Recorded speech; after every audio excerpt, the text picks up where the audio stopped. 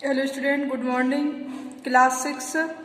आज हम new chapter 6 जिसका नाम है क्यों क्यों लड़की, इस चैप्टर की रीडिंग करेंगे।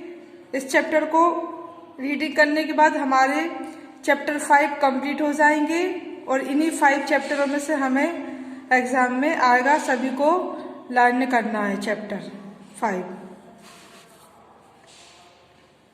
पाठ का नाम है क्यों क्यों लड़की।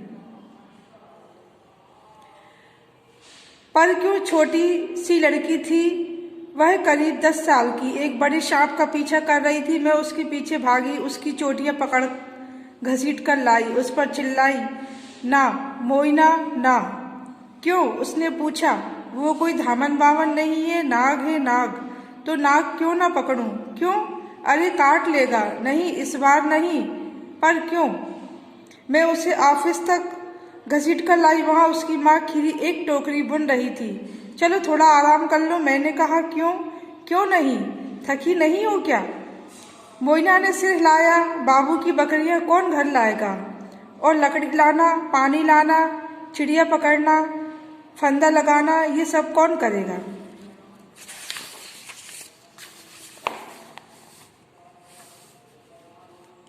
खीरी ने कहा, बाबूजी ने जो चावल भेजा है उसके लिए उसे धन्यवाद देना ना भूलना। क्यों? क्यों दूं धन्यवाद उसे? उसकी गौशाला धोती हूँ, हजारों काम करती हूँ, उसके लिए कभी धन्यवाद देता है मुझे? मैं क्यों उसे धन्यवाद दूं? मोइना अपने काम पर भाग गई। खीरी से हिलाती रह गई। ऐसा बच्चा नहीं देखा कभी, बस कहती रहती है क्यों क्यों। गांव के पोस्टमास्टर ने तो उसे क्यों को लड़की का नाम दे रखा है। मुझे तो अच्छी लगती है मोइना, इतनी जिद्दी है कि एक बात पकड़ ले तो हटती नहीं। मोइना आदिवासी लड़की थी, शवर जाति की। शवर लोग गरीब और भूमिहीन थे, पर बाकी शवर लोग कभी शिकायत करते सुनाई नहीं देते थे। सिर्फ मोइना ही थी जो सवाल पर सवाल करे जाती।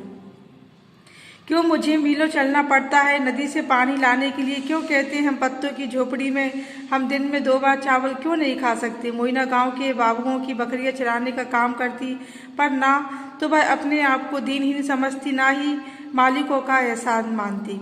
वह अपना काम करती, घर आ जाती और बुदबुदाती रहती, क्यों उनका बचा खुचा खाऊं मैं तो बढ़िया खाना बनाऊंगी। शाम को हरे पत्ते और चावल और केकड़े और मिर्ची वाला और सारे घर वालों के साथ बैठकर खाऊंगी।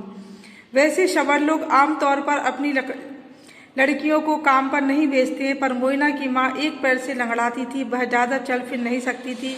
उसके पिता दूर जमशेदपुर काम की तलाश में गए हुए थे और उसका भाई गोरू जलाऊ लकड़ी लाने जंगल जाता था, सो मोइना को भी काम पर जाना पड़ता था। उस अक्टूबर में समिति के साथ वहाँ पूरा 1 माह रुकी। 1 माह एक सुबह मोइना ने घोषणा की कि वह समिति वाली झोपड़ी में मेरे साथ रहेगी। क्यों नहीं? इतनी बड़ी झोपड़ी है, एक बुढ़िया को कितनी जगह चाहिए? तुम्हारे काम का क्या होगा? काम के बाद आया करूँगी। और वह एक जोड़ी कपड़े और एक नेवले का बच्चा लिए आ पहुँची। ये बस जरा सा खाता है और बुरे सांपों को दूर भगा आता है। उसने कहा, अच्छे वाले सांपों को मैं पकड़कर माँ को दे देती हूँ। हमारी समिति की शिक्षिका मालती बोनाल ने मुझसे कहा, आप तो तंग आ जाएंगी इसकी क्यों क्यों सुनते हुए। और वाकई वह अक्टूबर ऐसा बीता कि पूछो मत। क्यों? मुझे बाबू की बकरियां चरानी पड़ती हैं, उसके लड़के खुद ही कर सकते हैं। मछलियां बोल क्यों नहीं पाती? अगर कई सारे तारे सूरज से भी बड़े हैं तो भी इतने छोटे क्यों नजर आते हैं? और हर रात को तुम सोने के पहले किताबें क्यों पढ़ती हो? क्योंकि किताबों में तुम्हारी क्यों क्यों के जवाब मिलते हैं। इस एक बार मोइना चुप रही। उसने कमरा ठीक ठाक किया, रंगन के फूलों वाले झाड़ को पानी दिया, नेवलों को मछली दी। फिर उसने कहा, मैं पढ़ना सीखूंगी और अपने सारे सवालों के जवाब ढूंढ निकालूंगी।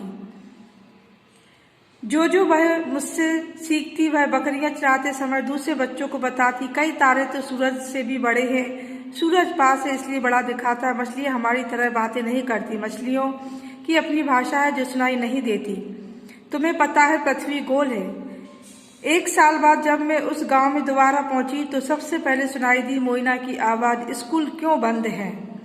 समिति के स्कूल के अंदर एक मिमियाती बकरी को अपने साथ घसीटते हुए उसने मालती को ललकारा, क्या मतलब है तुम्हारा, क्यों बंद है? मैं भी क्यों ना पढ़ूं?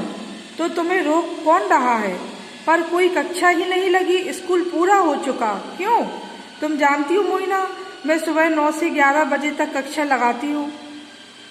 मोइना ने पाँव पटक कर कहा, तुम समय बदल क्यों नहीं सकती? मुझे बाबू की बकरियां चरानी होती है सुबह में, तो सिर्फ 11 बजे के बाद ही आ सकती हूँ। तुम पढ़ाओगी नहीं तो मैं सीखूंगी कहाँ से? मैं बूढ़ी माँ को बता दूंगी कि बकरी चराने वाला या गांव चराने वाला हम में से कोई नहीं आ सकेगा अगर स्कूल का समय नहीं बदला तो। तभी उसने मुझे देखा और अपनी बकरी ले भाग खड़ी हुई। शाम को मैं मोइना की झोपड़ी पर गई। चौके की अंगार के पास मजे से बैठी मोइना अपनी छोटी बहन और बड़े भाई को बता रही थी, एक पेड़ काटो तो 2 पेड़ लगाओ। खाने के पहले हाथ धो लो, जानते हो क्यों? पेट दर्द हो जाएगा अगर नहीं धोगे तो। तुम कुछ नहीं जानते हो, क्यों? क्योंकि तुम समिति की कक्षा में नहीं जाते।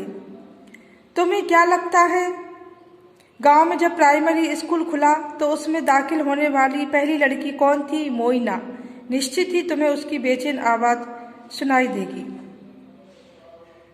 मोइना अब 18 साल की है, वह समिति के स्कूल में पढ़ाती है। अगर तुम उसके स्कूल के पास से गुजरो तो निश्चित ही तुम्हें उसकी बेचैन आवाज सुनाई देगी।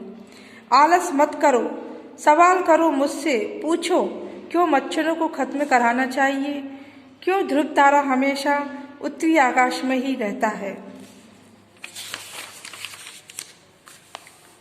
और दूसरे बच्चे भी अब सीख रहे हैं पूछना क्यों। वैसे मोइना को पता नहीं है कि मैं उसकी कहानी लिख रही हूँ। अगर उसे बताया जाए तो कहेगी क्यों, मेरे बारे में क्यों। इस पाठ की जो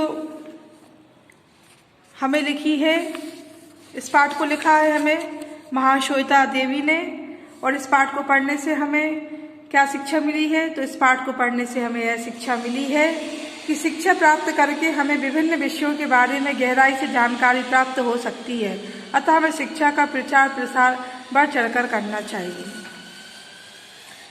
ये देख लीजिए आप चित्र इसका, एक यहाँ पर है और एक ये। इस तरह से हमारे चैप्टर 5 कंप्लीट हो गए हैं। पार्ट 6 का PDF हम आपको सेंड कर देंगे। Okay student and good bye.